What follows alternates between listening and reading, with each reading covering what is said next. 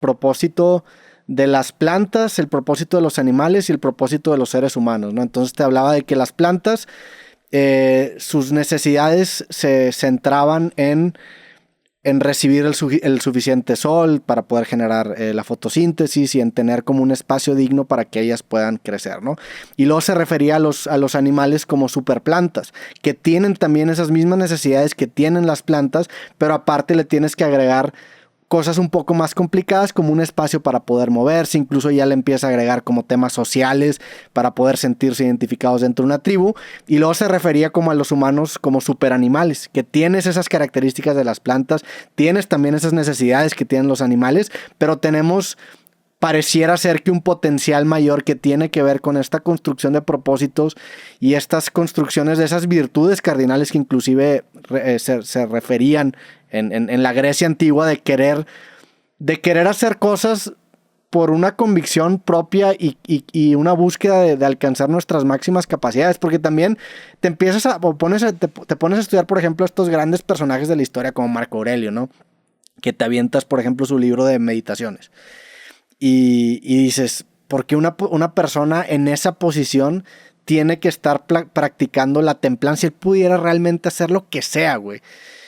Y ahí empieza a encontrar como un cierto valor en que tú tienes contigo mismo de comprobarte que eres capaz de hacer cosas difíciles, cosas complicadas, y creo que hay un cierto tipo de valor ahí. Sin embargo, creo que también para construir ese camino tienes que partir de primero reconocer que tienes estas necesidades, que eres una persona que es capaz de sentir lujuria, que es capaz de sentir ira, que es capaz de sentir envidia, y una vez que tengas ese reconocimiento, empezar a trabajar desde esa oscuridad y orientarlo para construir una mejor persona. Pero si simplemente te tapas los ojos y lo omites, es en donde generas versiones incompletas de ti mismo, en donde ni siquiera sabes por qué estás haciendo las cosas, ¿no? Es como si yo a ti, músico, te digo, tócame una sinfonía. Va, sí, pero no sé tocar ni una puta nota. ¿Cómo toco la sinfonía alta cuando no me has enseñado ni siquiera cómo suena mi do? Hace rato decías, cabrón, acerca de la evolución. Me he puesto a pensar una onda. Nace un caballo, camina, chueco, pero ya camina y busca alimento. Ese caballo a lo largo de su vida va a evolucionar y va a correr y va a buscar alimento. No va a cambiar mucho de lo que hace desde que nace. Por ejemplo, la tortuga rompe el huevo, se va al mar, ya nada y ya busca alimento. Y cuando la tortuga crece, va a nadar y va a buscar alimento. El ser humano cuando nace no hace nada, absolutamente nada.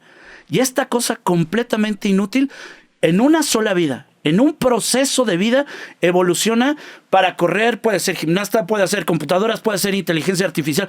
En un solo proceso de vida evoluciona una bestia, sí, cabrón. Lo que ninguna otra especie evoluciona probablemente en miles o millones de años, sí, este cabrón lo evoluciona en una sola vida. No, y lo que, o sea, es que eso es lo interesante o sea, la gran diferencia que tiene el ser humano de todas las especies, y esto lo hablaba Yuval Noah Harari en el libro, es que a todas las demás especies pudieras mapear su evolución en una cuestión meramente genética, pero para el humano los genes simplemente como que ponen una cancha y ya después el humano crea a partir de esa cancha. ¿Qué se refiere? Un perro en la Edad Media y un perro hoy en día probablemente sean los mismos güeyes. O sea, no es como que ha habido una evolución drásticamente. Y genéticamente el humano tampoco. O sea, un ser humano en la Edad Media y un ser humano hoy en día, genéticamente hablando, no hay diferencias apreciables. Sin embargo, culturalmente hablando, hemos tenido un desarrollo increíble que vuelve al ser humano algo único realmente en cuestión de la vida que conocemos, ¿no? En por qué ese mismo ente en la Edad Media hoy es capaz de llegar al espacio. O sea, ¿qué tanto es capaz de generar la cultura, o como le quieras llamar, del humano, este progreso exponencial que hemos experimentado? Y ahí es en donde uno se empieza a preguntar, pues, ¿por qué? ¿Qué fue lo que lo detonó? ¿Por qué está pasando eso? Y ya llegas a preguntas incluso existenciales de, ¿nos estará alguien observando?